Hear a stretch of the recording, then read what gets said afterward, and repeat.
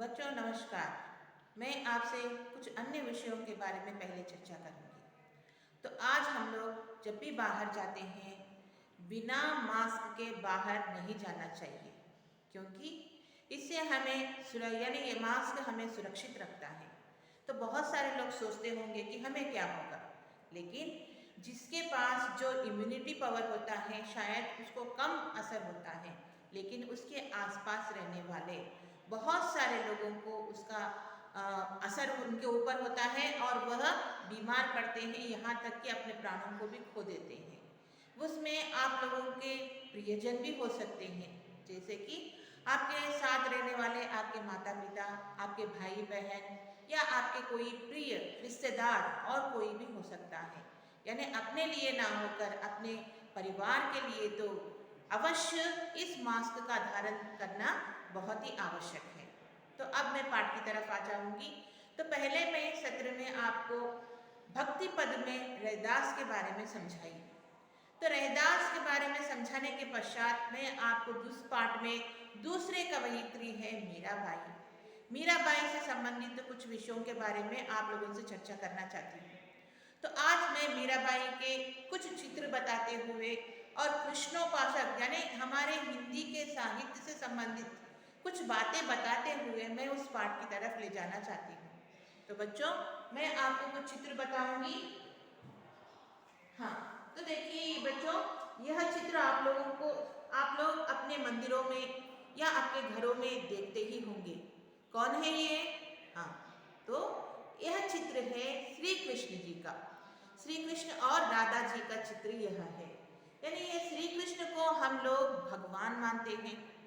जैसे कि विष्णु के 10 अवतारों में एक अवतार कृष्ण जी भी हैं, राम जी भी हैं और कृष्ण जी भी हैं। तो इस कृष्ण के बारे में वर्णन करने वाले या पुराने प्राचीन काल में यानी भक्ति काल में हम लोगों को 4 भाग भक्ति काल बांटे हैं। एक है ज्ञान मार्ग की शाखा, प्रेम मार्ग की शाखा और तीसरा है राम भक्ति शाखा और कृष्ण भक्ति शाखा। तो आप लोगों को पता है ज्ञान मार्ग की शाखा में कबीर जी के बारे में बात पढ़ चुके हैं आप लोग। नेक्स्ट और रैदास के बारे में भी पढ़ चुके हैं। प्रेम मार्ग में मोहम्मद जैसी के बारे में जो हम लोग आजकल हम लोग पिक्चर देखे हैं, पद्मावत बोल के एक पिक्चर देखे हैं, उनकी रचयिता जैसी जी हैं। तो उसी प्रकार राम भक्ति शाखा में तुलसी जी के बारे में भी आप लोग 8वीं कक्षा में पढ़ चुके हैं। और यहाँ पर कृष्णोपासक कवियों में मीराबाई के बारे में हम लोग बातचीत करेंगे। यानी ये भगवान के भक्तों के बारे में आज हम लोग चर्चा करते हुए आगे चलेंगे। तो देखिए बच्चों, कृष्णोपासक कवियों में सबसे प्रमुख माने जाने वाले कवि हैं सूरदास जी। सूरदास जी कृष्ण के भक्तों में सबसे अग्रगण्य माने जाते हैं। और यही ना होकर कहते हैं कि सूरदास जी बचपन में या बड़े होने के बाद अंधे हो चुके हैं। तो वे कृष्ण की बाल लीलाओं के बारे में चर्चा करते रहते हैं। तो देखिए यहाँ पर कृष्ण जी का भजन कर रहे हैं सूरदास जी, यहाँ पर कृष्ण जी का भजन कर रहे हैं। यानी कृष्ण जी के भक्तों में सबसे महान भक्त कौन है, अग्रगण्य कौन है? सूरदास। वे अंधे हैं और केवल कल्पना के द्वारा ही वे कृष्ण का गायन किया करते थे। उनके बाद में हम लोग नाम लेंगे मीराबाई का। मीराबाई भी श्री कृष्ण की उपासना करती है। उपासना यानी उनका आराधना, उनकी पूजा पाठ करती है और कहते हैं कि वे अपने भगवान को, श्री कृष्ण जी को पति मानकर उपासना करती है। और इनकी भक्ति माधुर्य भाव की भक्ति है। इनकी भक्ति माधुर्य भाव की भक्ति मानी जाती है। और कृष्णोपासक कवियों में और एक कवि है रहीम।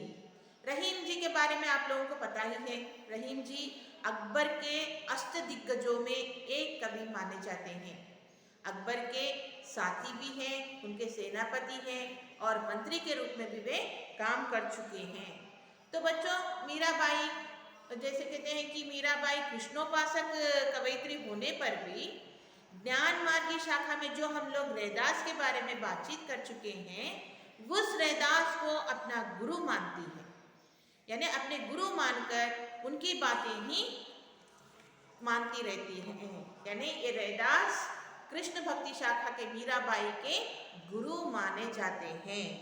कहते हैं कि दोनों एक ही समय यानी समकालीन माने जाते हैं। मीराबाई और रैदास दोनों समकालीन हैं, इसीलिए मीराबाई रविदास को या रैदास को अपना गुरु मानती है। तो यहाँ पर कृष्ण भक्ति शाखा की जो मीराबाई बातचीत कर रहे हैं उनके प्रमुख रचना है मीराबाई पदावली। मीराबाई पदावली यानी कृष्ण के, यहाँ पे देखिए मीराबाई की रचना है।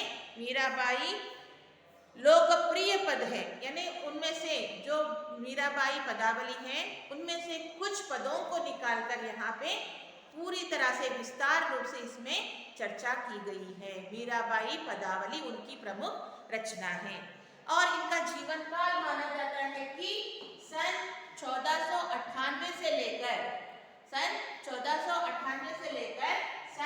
1573 तक माना जाता है। तो देखिए पहले एक बार मैं आपको कवयित्री का परिचय बताऊंगी मैं। तो देखिए कवयित्री भक्ति पर यानी जो हम लोग आज चर्चा कर रहे हैं, जो पाठ हम लोग पढ़ रहे हैं उससे संबंधित पाठ का नाम है भक्ति पर, यानी मीराबाई के बारे में आज हम लोग पढ़ाई कर रहे हैं। पहले कवयित्री परिचय। मैं कवयित्री परिचय क्यों सेपरेटली यहाँ पे बताना चाहती हूँ, इसीलिए कि आपको 10वीं कक्षा के परीक्षाओं में कवि परिचय के लिए आपको 4 अंक दिए जाते हैं, इसीलिए कवि परिचय पूरी तरह से आप लोगों को ध्यान रखना है। तो मीराबाई का कवि परिचय में पढ़ के बताऊंगी, ध्यान दीजिए।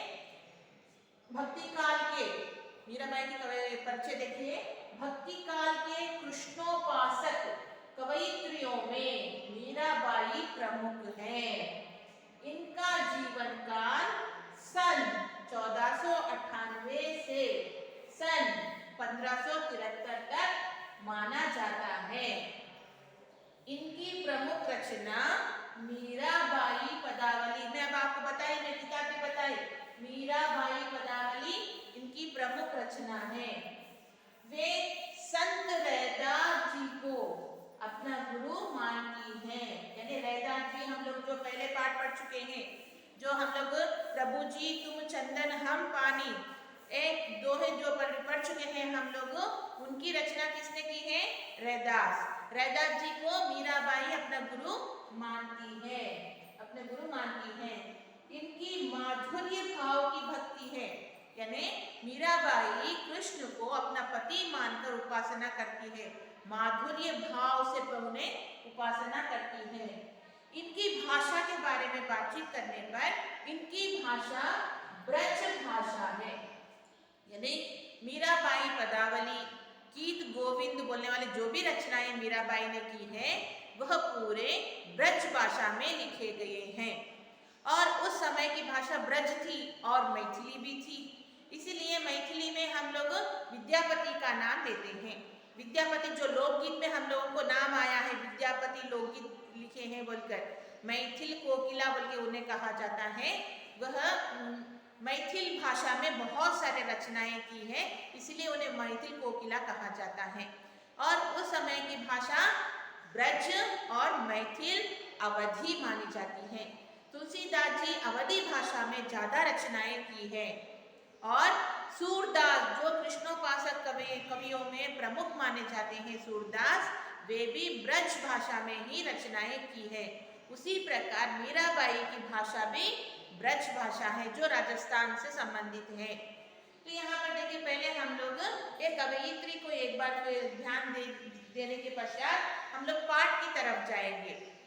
पाठ में हम लोग मीराबाई का जो पद है, मीराबाई के पदों को एक बार पढ़ के बताऊंगी। पहले मैं आपको, ध्यान दीजिए, पहले पढ़ूंगी फिर बाद में गाकर बताऊंगी, तो ध्यान दीजिए आप लोग।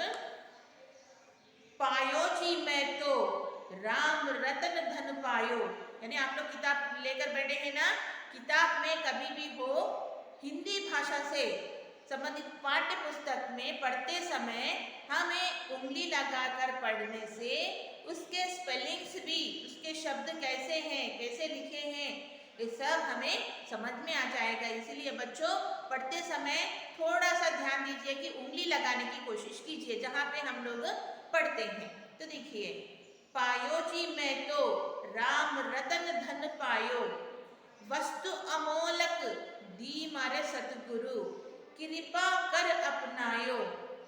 जन्म जन्म की पूंजी पाई, जग में सभी खोवायो।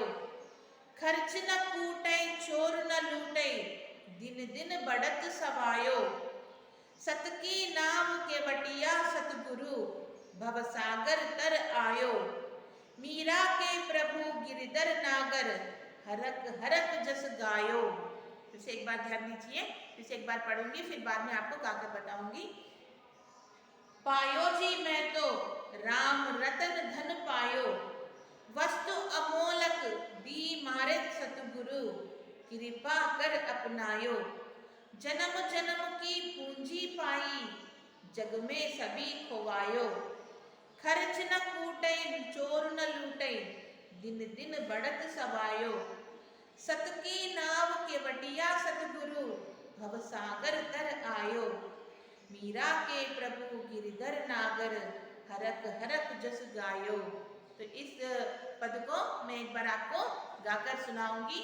गाने से हमें यह पद अच्छा लगेगा, क्योंकि मीरा के जितने भी पद हैं वह गाने लायक हैं।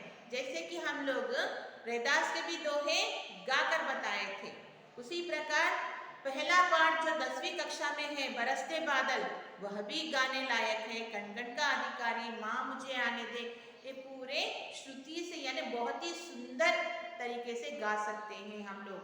तो यह पद के ऊपर ध्यान दीजिए, फिर से एक बार मैं गाकर बताऊंगी उसे।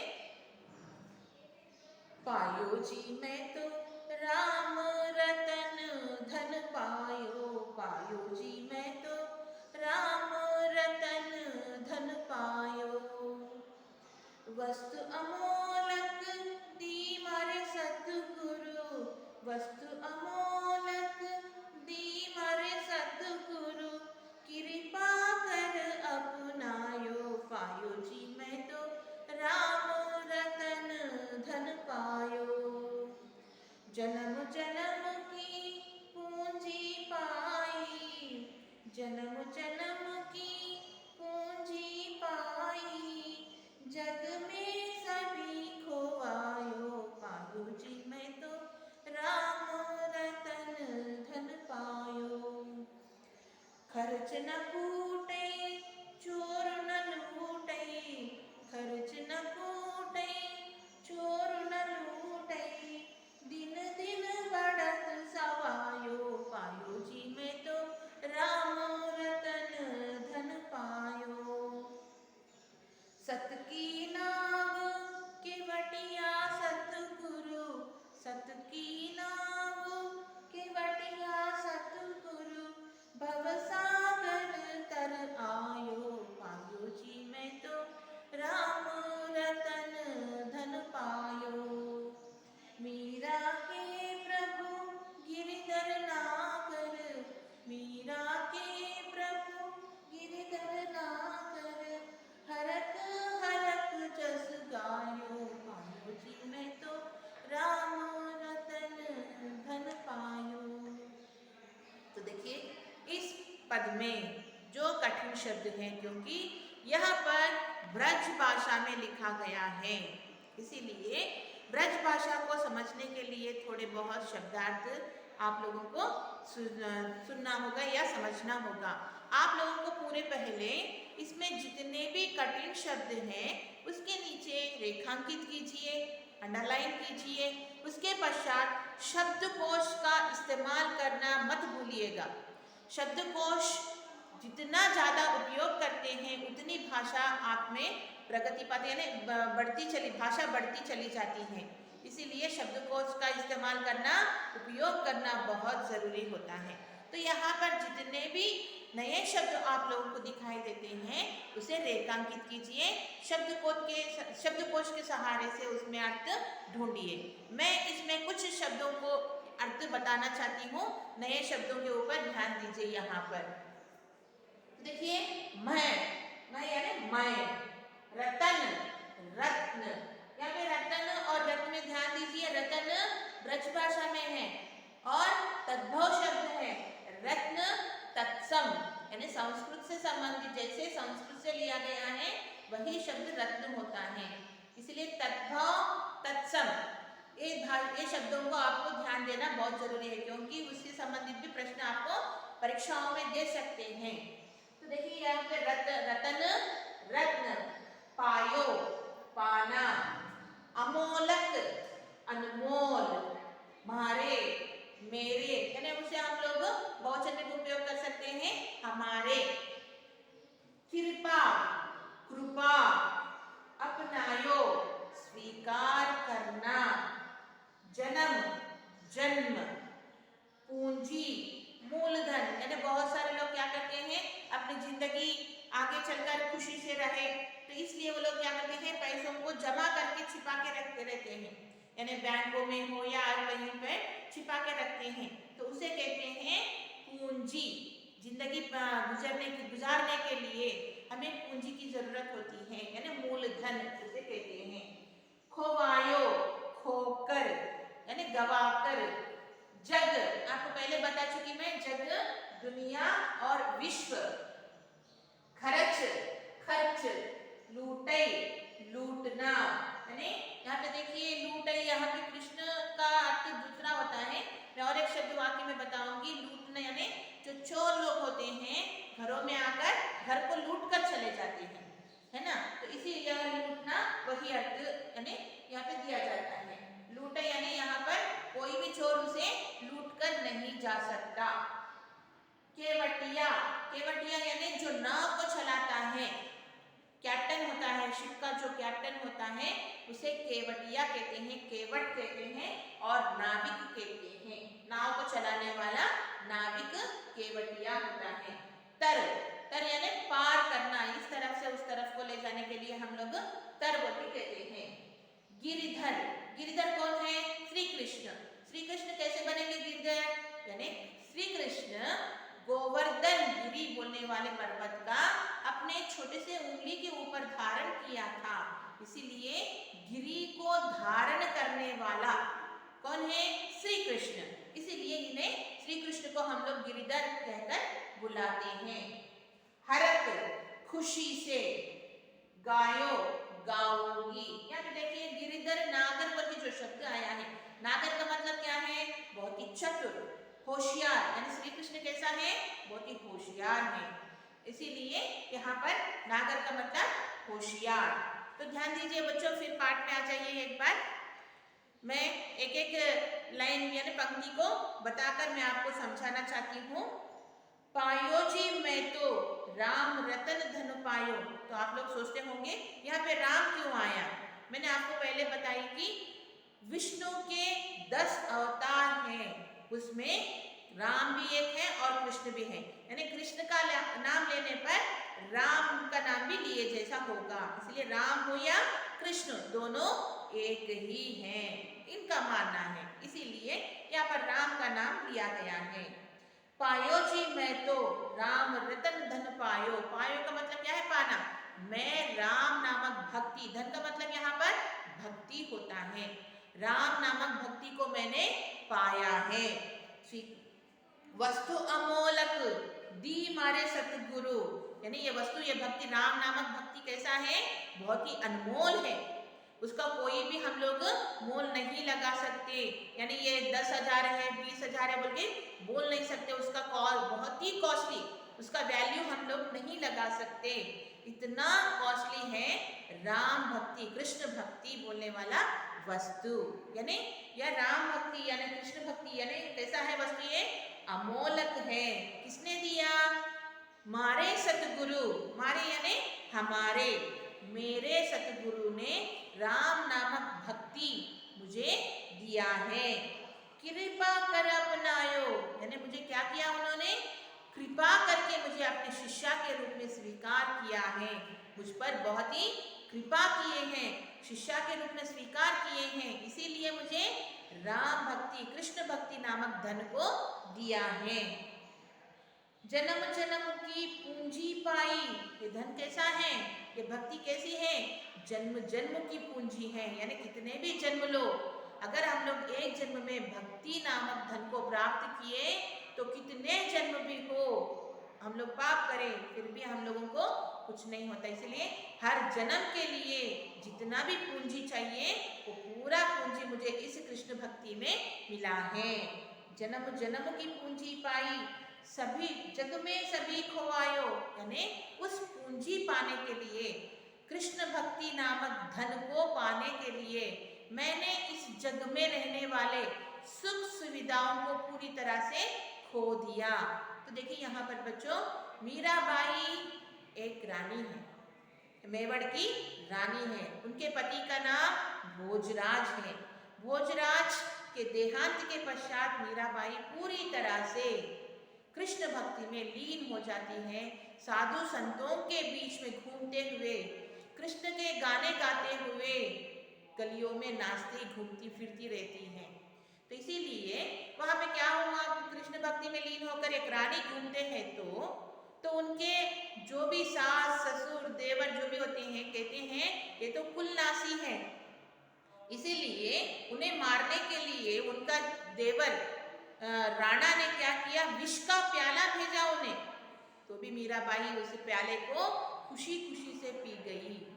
तो इसलिए उन्हें मारने की बहुत सारे कोशिशें किए गए लेकिन उनका मृत्यु नहीं हुआ।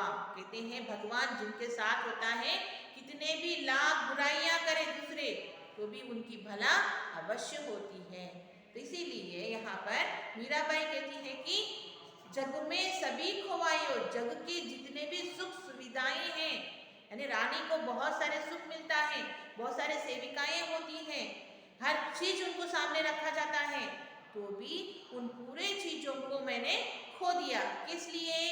राम नामक भक्ति के लिए, कृष्ण नामक भक्ति के लिए मैंने पूरी तरह से जग के सब सुख सुविधाएं खो दिया है।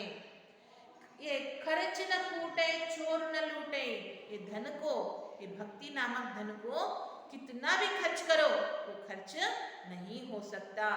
कोई चोर भी उसे लूट नहीं सकता।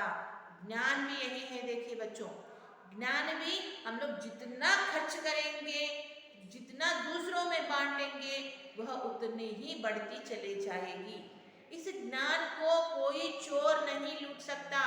घर में धन को लूट सकता है लेकिन ज्ञान नामक धन को कोई भी लूट नहीं सकता। तो मीराबाई भी यही कहती है कि रामकृष्ण भक्ति नामक धन को कितना खर्च करने पर भी खर्च नहीं होता, कोई चोर भी लूट नहीं सकता। दिन दिन बढ़त सवायो, यानी यह भक्ति दिन ब दिन बढ़ता ही जाएगा। सत की नाव केवटिया सतगुरु, यानी सच बोलने वाले नाव एक जिंदगी में, सच नामक एक जिंदगी में सतगुरु एक केवट होता है। यानी हम लोग जन्म लेने से मृत्यु तक जितने भी काम करते हैं, अच्छे काम बुरे काम करते रहते हैं, लेकिन जब हमें एक सच्चा गुरु मिल गया समझिए तो हमारा जीवन का रास्ता ही बदल जाता है। अच्छाई की तरफ हम लोग मुड़ जाते हैं, हमारे लक्ष्य प्राप्त करते हैं। इसीलिए यहाँ पे कहती है सत्य की नाव, जीवन नामक सत्य को केवट एक नाविक बनकर, केवट कौन है यहाँ पर? सद्गुरु हैं, सद्गुरु होते हैं और होकर क्या करते हैं? इस जीवन को पार कराते हैं। इस कष्ट नामक जीवन को, इस भवसागर को, जीवन मृत्यु नामक भवसागर को सद्गुरु पार करवाते हैं। मीरा के प्रभु गिरधर नागर हरक हरक जस गायो, हे मीरा के प्रभु गिरधर आप तो बहुत होशियार हैं, आपके बारे में मैं खुशी खुशी से गायन करूंगी कहकर मीराबाई कहती हैं। फिर से एक बार समझाऊंगी, ध्यान दीजिए। मीराबाई कहती हैं कि मैं राम नामक धन को पाया है, यह वस्तु, यह भक्ति बहुत ही अमूल्य है, इसे मेरे सद्गुरु ने मुझे कृपा करके दिए हैं। मैंने मुझे कृपा के, उनके कृपा के कारण मुझे शिष्य बना लिया और राम भक्ति नामक भक्ति को उन्होंने धन को दिया है। यह धन कितने भी जन्म हो वो पूरा नहीं होता, यानी यह पूंजी जन्म जन्म की पूंजी है और इसे पाने के लिए मैंने जग के पूरे सुख सुविधाओं को खो दिया है। यह भक्ति कितना भी खर्च करो वह कोई खर्च नहीं हो सकता, कोई चोर भी उसे लूट नहीं सकता। यह दिन ब दिन बढ़ता ही जाता है। इस जीवन नामक सत्य को सद्गुरु केवट बनकर इस जिंदगी को पार करवाता है, यानी भगवान की तरफ हमें ले जाता है। हे मीरा के प्रभु गिरधर नागर श्री कृष्ण, आप बहुत चतुर हैं, आपके बारे में मैं खुशी खुशी से गाऊंगी। तो बच्चों, आप लोगों को यह सारांश अपने नोटबुक्स में लिखना पड़ेगा, और आपको समझ में ना आए तो फिर से यह जो भी वीडियो आपको भेजा जा रहा है उसे बार बार रिपीट करके देख सकते हैं। और कवयित्री का परिचय, शब्दार्थ, सारांश बहुत ही इम्पोर्टेंट होता है, तो इसे आपने नोटबुक्स में लिखिए। और कोई भी संदेह हो तो आप अपने अध्यापकों से कंसल्ट कर सकते हैं, उनसे ये अपने संदेहों की निवृत्ति कर सकते हैं आप लोग। धन्यवाद।